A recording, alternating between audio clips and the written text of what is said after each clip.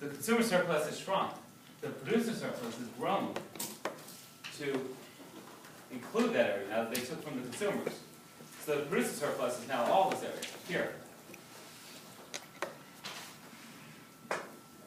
But alas, with this monopoly, these transactions here, which used to occur, which would have benefited buyers and benefited some sellers, this is the deadweight loss. Transactions which no longer occur because of this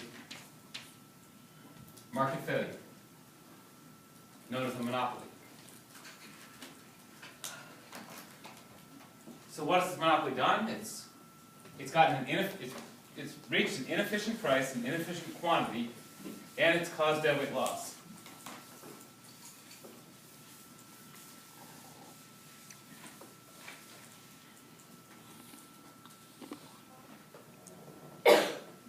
And for many people who care, but microeconomics cares less of this other part, which is that it's taken a good bit of money from consumers and passed it on to the producer. Many people care about that. The microeconomics itself, classical microeconomics, doesn't care so much about that. We do about the deadweight loss. And they get achieving at the wrong price.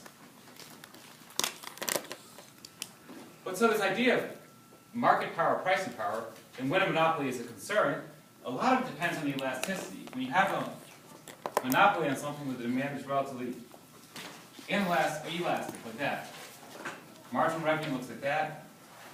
Let me draw a marginal cost like this. I'll draw the same marginal cost for a different firm, just to keep the cost the same. But in my other firm here, I'm going to make demand look like this, really inelastic. And in that case, marginal revenue will look like this. And so in this inelastic demand case, the quantity monopoly is here. The price of the monopoly that charges way up here, the competitive price, would be right here. Price competitive. A big increase in the price level. A lot of market power, a lot of pricing power. In this case here, where the demand is relatively elastic, the price monopoly is here, the price competitive is just a little below it. And so what might this be? This might be monopolizing something as like gasoline in the country, as opposed to like monopolizing the market for pencils